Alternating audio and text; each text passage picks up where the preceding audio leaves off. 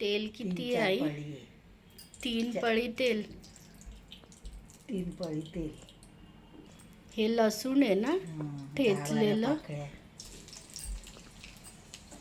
हे मम्मी आणि कांदे. हे कांदा किती आहे? 3 कांदे. 3 कांदे छोटेवाले ना. हे मच्छीला हे मम्मी हे लसूण खूप लागतं ना. लसूण कांद्याला फक्त हे सुक्याला ना फक्त आपण हे हे यूज करतो असं. आता हे कांदा काय कोमजला की ते जवळा टाकायचा ना. हो. कांदा कोमजला. आता हे काय मम्मी? जवळा धुतला 2-3 वेळा. सुका आहे ना हा हे जवळा. आणि काहीतरी पांढरा पाहिजे ना आई? सफेद आहे. म्हणजे तुम्ही आधी ते पाखडलं हे चाळणीनी आणि मग काय हे धुतलं हो. पाण्यामध्ये. हे किती वेळा हे धुतलं? 3 वेळा. 3 वेळा.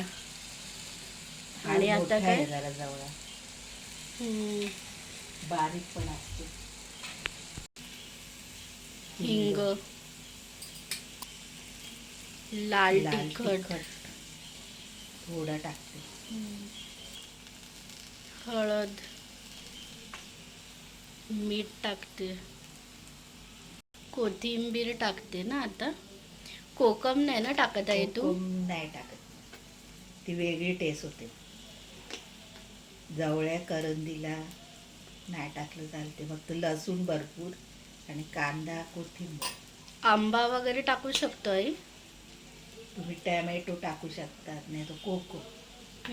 हे काय आई मिक्स करते ना आता हे सगळं. हे वन टाइमच ते टाकायचं ना एक साथ मसाला आणि मग हे मिक्स करायचं. टाकते थोडंसं पाणी टाकते ना शिजायला ना ते आई.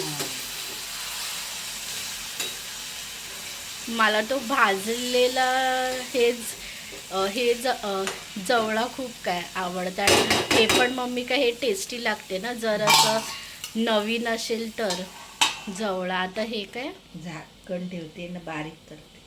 किती मिनिटासाठी झाकण? 7-8 मिनिट. 7-8 मिनिटासाठी वाफेला ना. म्हणजे ते शिजेल तोपर्यंत. 8 मिनिटं हे झाले ना. वास आलं की हे समजायचं की झालंय करून. आता काय हे मिक्स करते आई. 5 ते हे 7च मिनिटं ना हे ठेवायचं. सकाळी हे डब्यासाठी चांगलं आहे ना ही आई भाजी, जवळ्याची भाजी.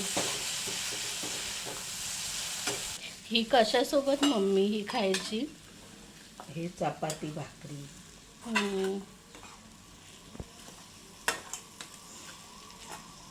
आता काय काढते ना हे याच्यात.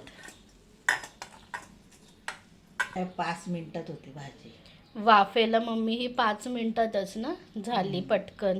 वास आला की म्हणजे झालं.